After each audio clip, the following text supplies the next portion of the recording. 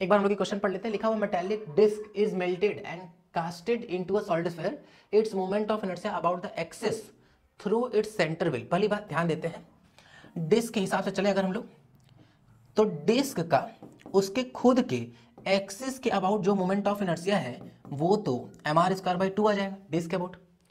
और अगर हम लोग लेकर के चल रहे हैं सॉलिड स्फीयर, तो सॉलिड स्फीयर का उसके खुद के एक्सिस के अबाउट जो मोमेंट ऑफ इनर्शिया है वो कितना आ जाएगा 2/5 mr²। क्लियर ना।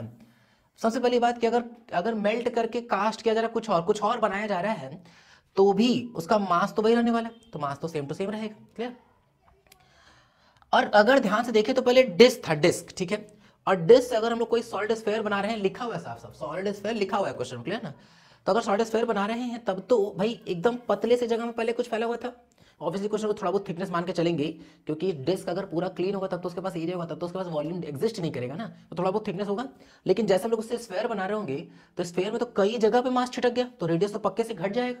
तो जैसे ही हम लोग डिस्क से स्फीयर पे आ रहे होंगे तब तो कुछ भी हो जाए रेडियस तो पक्के से घट ही गया। अगर रेडियस घट गया तो ये टर्म तो घटा ही।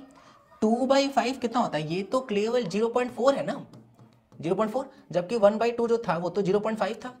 तो जो आगे का फैक्टर है 0.5 उसकी जगह पे 0.4 हो गया और रेडियस भी घट गया, तब तो मोमेंट ऑफ इनर्शिया पक्के से घटेगा ही घटेगा।